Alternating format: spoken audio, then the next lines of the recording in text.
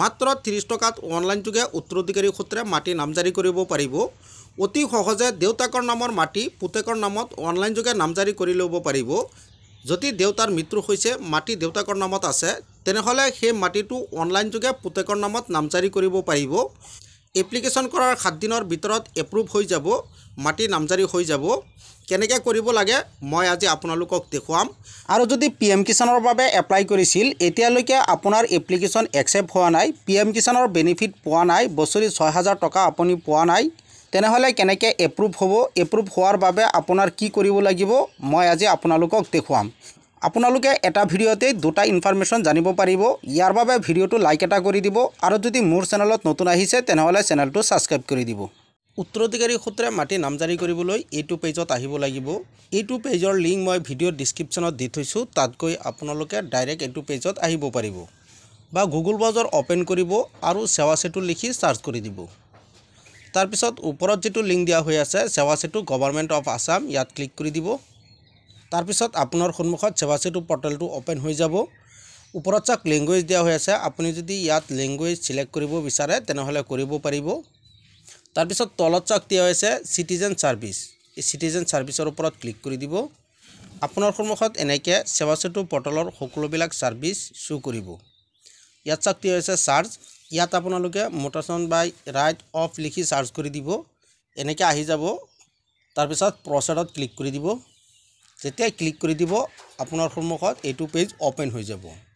ইয়াত চাওক নিৰ্দেশনাসমূহ দিয়া হৈ আছে, আপোনালোকে এইকেইটা পঢ়ি চাব পাৰে। তাৰপিছত যোগ্যতাৰ মাপকাঠি দিয়া হৈ আছে, আপোনালোকে এইকেইটা ইয়াত পঢ়ি চাব পাৰে। তাৰপিছত ইয়াত চাওক দিয়া হৈছে প্ৰয়োজনীয়তাসমূহ, ইয়াত ক্লিক কৰি দিব। কি নথিপত্ৰ লাগিব, কিমান টকা মাচুল ভৰিব লাগিব, সকলোখিনি ডিটেইলছ ইয়াত দিয়া হৈ আছে, আপোনালোকে এইকেইটা পঢ়ি চাব পাৰে। আবেদন কৰিবলৈ ইয়াত চাওক দিয়া হৈছে আবেদন কৰক, ইয়াত ক্লিক কৰি দিব। তাৰপিছত আপোনাৰ সন্মুখত এনেকুৱা পেজ আহিব, ইয়াত চিটিজেন চিলেক্ট হৈ আছে, এনেকৈ ৰাখি দিব। তাৰপিছত লগইনত ক্লিক কৰি দিব। যেতিয়াই লগইনত ক্লিক কৰি দিব আপোনাৰ সন্মুখত লগইন হোৱাৰ বাবে এনেকুৱা পেজ আহি যাব। এইটো পেজত এপ্লাই কৰিবলৈ প্ৰথমতে আপোনাৰ এটা ৰেজিষ্ট্ৰেশ্যন কৰিব লাগিব। ৰেজিষ্ট্ৰেশ্যন কৰাৰ বাবে ইয়াত চাওক দিয়া হৈছে নিউ ইউজাৰ, আপোনালোকে নিউ ইউজাৰত ক্লিক কৰি দিব। তাৰপিছত আপোনাৰ সন্মুখত ৰেজিষ্ট্ৰেশ্যন কৰাৰ বাবে এনেকুৱা এটা ফৰ্ম আহিব, এই ফৰ্মটো ফিল আপ কৰি প্ৰথমতে আপুনি ৰেজিষ্ট্ৰেশ্যন কৰি ল'ব। ৰেজিষ্ট্ৰেশ্যন কৰাৰ পিছত লগইন হোৱাৰ বাবে ইয়াত ইউজাৰ নেমটো বহুৱাই দিব, ইয়াত পাছৱাৰ্ডটো বহুৱাই দিব আৰু চিংইনত ক্লিক কৰি দিব। এনেকুৱা এটা পপআপ আহিব, এইটো স্কিপ কৰি দিব। তাৰপিছত এনেকুৱা আহিব, তলত চাওক দিয়া হৈছে গেট ষ্টাৰ্টেডৰ ওপৰত ক্লিক কৰি দিব। আপোনাৰ সন্মুখত এনেকুৱা পেজ আহিব ভেৰিফিকেশ্যন কৰাৰ বাবে। ইয়াত আপুনি আধাৰ কাৰ্ডৰ সহায়তো ভেৰিফিকেশ্যন কৰিব পাৰিব আৰু পান কাৰ্ডৰ সহায়তো ভেৰিফিকেশ্যন কৰিব পাৰিব। যদি আপুনি পান কাৰ্ডে ভেৰিফিকেশ্যন কৰিব বিচাৰে তেনেহ'লে তলৰ বক্সটোত টিক চিন লগাই দিব আৰু ইয়াত পান নম্বৰ বহুৱাই দিব, ইয়াত ফাৰ্ষ্ট নেম, ইয়াত মিডল নেম আৰু ইয়াত লাষ্ট নেম। তাৰপিছত ভেৰিফাই পানৰ ওপৰত ক্লিক কৰি দিব। পান কাৰ্ড ভেৰিফিকেশ্যন কৰাৰ পিছত অলপ তলফালে আহিব, এইকেইটা য়েছ ন কৰি দিব আৰু নেক্সটত ক্লিক কৰি দিব। যেতিয়াই নেক্সটত ক্লিক কৰি দিব আপোনাৰ সন্মুখত এনেকৈ ফৰ্মটো খোল খাব, এই ফৰ্মটো ফিল কৰিব লাগিব। প্ৰথমতে চিলেক্ট ডিষ্ট্ৰিক্ট, ইয়াত ক্লিক কৰি আপোনাৰ ডিষ্ট্ৰিক্টটো চিলেক্ট কৰি দিব। তাৰপিছত চাৰ্কুলটো চিলেক্ট কৰি দিব। তাৰপিছত ইয়াৰ পৰা ৰুৰাল উৰ্বানটো চিলেক্ট কৰি দিব। তাৰপিছত ইয়াৰ পৰা ভিলেজটো চিলেক্ট কৰি দিব। তাৰপিছত অলপ তলফালে আহিব, ইয়াত চাওক দিয়া হৈছে চুইচ দাগত ক্লিক কৰি দিব। ইয়াত আপুনি যিটো ভিলেজ চিলেক্ট কৰিব সেইটো ভিলেজৰ সকলোকেইটা দাগ আহি যাব, আপোনাৰ যিটো হয় সেইটো আপুনি ইয়াৰ পৰা চিলেক্ট কৰি দিব। দাগত কিমান মাটি আছে সকলোখিনি ওলাই পৰিব। তাৰপিছত চিলেক্ট ট্ৰেন্সফাৰ টাইপ, ইয়াত ক্লিক কৰি দিব। ইয়াৰ পৰা উত্তৰাধিকাৰী সূত্ৰটো চিলেক্ট কৰি দিব। তাৰপিছত নেক্সটত ক্লিক কৰি দিব। তাৰপিছত আপোনাৰ সন্মুখত নেক্সট ছেটআপ আহি যাব। ইয়াত চাওক দিয়া হৈছে উইনাৰ ডিটেইলছ, যিজন মাটিৰ মালিক সেইজনৰ ডিটেইলছটো ইয়াত ভৰাব লাগিব। প্ৰথমতে চাওক দিয়া হৈ আছে চিলেক্ট পাট্টাদাৰ্ছ নেম, যিজনৰ নামত মাটি পাট্টা আছে সেই নামটো ইয়াৰ পৰা চিলেক্ট কৰি দিব। ইয়াৰ ওপৰত ক্লিক কৰি দিব, সকলোকেইটা নাম এনেকৈ আহি যাব। ইয়াৰ পৰা আপুনি পাট্টাদাৰৰ নামটো চিলেক্ট কৰি দিব। তাৰপিছত অলপ তলফালে আহিব। তাৰপিছত ইয়াত চাওক দিয়া হৈ আছে যিজনৰ নামত মাটি উঠাবৰ কাৰণে এপ্লিকেশ্যন কৰি আছে, যদি সেইজনৰ নাম এইটো দাগত আগৰ পৰাই আছে, সেইটো দাগত আগৰ পৰাই মাটি আছে তেনেহ'লে য়েছটো চিলেক্ট কৰি দিব আৰু নহ'লে নোটো চিলেক্ট কৰি দিব।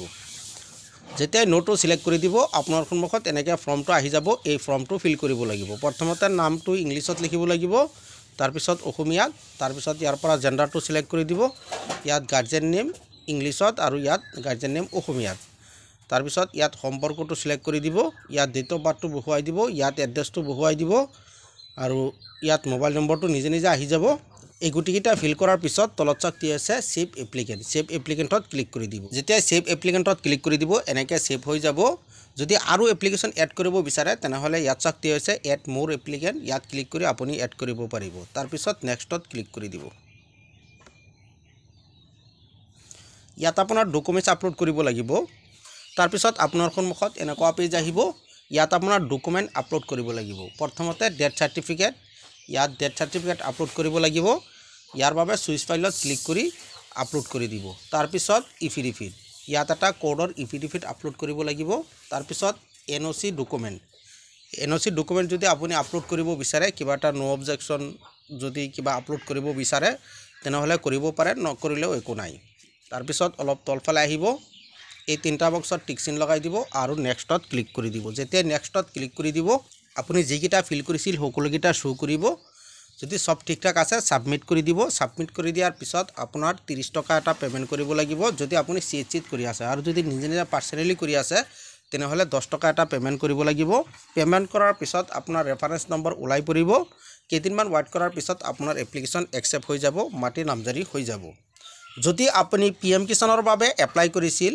অফলাইন হোক বা অনলাইন হোক যদি পিএম কিষাণৰ বাবে এপ্লাই কৰিছিল যদি আপুনি এতিয়ালৈকে পিএম কিষাণৰ বেনিফিটটো পোৱা নাই বছৰি 6000 টকা পোৱা নাই তেনেহ'লে আপোনাৰ কি কৰিব লাগিব ইয়াৰ বাবে প্ৰথমতে আপুনি ষ্টেটাছ চেক কৰিব ষ্টেটাছ চেক কৰিবলৈ পিএম কিষাণৰ পৰ্টেলত আহিব লাগিব এইটো পৰ্টেলৰ লিংক মই ভিডিঅ' ডেসক্ৰিপচনত দি থৈছো তাত গৈ ডাইৰেক্ট আপোনালোকে এইটো পেজত আহিব পাৰিব তাৰপিছত ইয়াত চাওক কি হৈছে ষ্টেটাছ অফ চাইল্ড ৰেজিষ্ট্ৰেশ্যন আপোনালোকে ইয়াত ক্লিক কৰি দিব তাৰপিছত ইয়াত আধাৰ নম্বৰটো বহুৱাই দিব এই ক্যাপচাৰটো ইয়াত বহুৱাই দিব আৰু চাৰ্জত ক্লিক কৰি দিব যেতিয়া চাৰ্জত ক্লিক কৰি দিব এনেকৈ ষ্টেটাছটো ওলাই পৰিব আপোনালোকে এই ষ্টেটাছটো প্ৰিন্ট আউট কৰি ল'ব তাৰপিছত এইটো ফৰ্ম ফিল আপ কৰিব লাগিব এইটো ফৰ্মৰ লিংক মই ভিডিঅ' ডেসক্ৰিপচনত দি থৈছো তাত গৈ আপোনালোকে এই ফৰ্মটো প্ৰিন্ট আউট কৰি ল'ব এই ফৰ্মটো প্ৰিন্ট আউট কৰাৰ পিছত এইটো ফিল আপ কৰিব লাগিব একেবাৰে সহজ ফৰ্ম আপুনি ফিল আপ কৰিব পাৰিব প্ৰথমতে ইয়াত district sub district block village এইকেইটা ফিল কৰিব লাগিব এই গুটিকেইটা ফিল কৰাৰ পিছত প্ৰথমতে গাঁওবুঢ়াৰ পৰা সিগনেচাৰ কৰাব লাগিব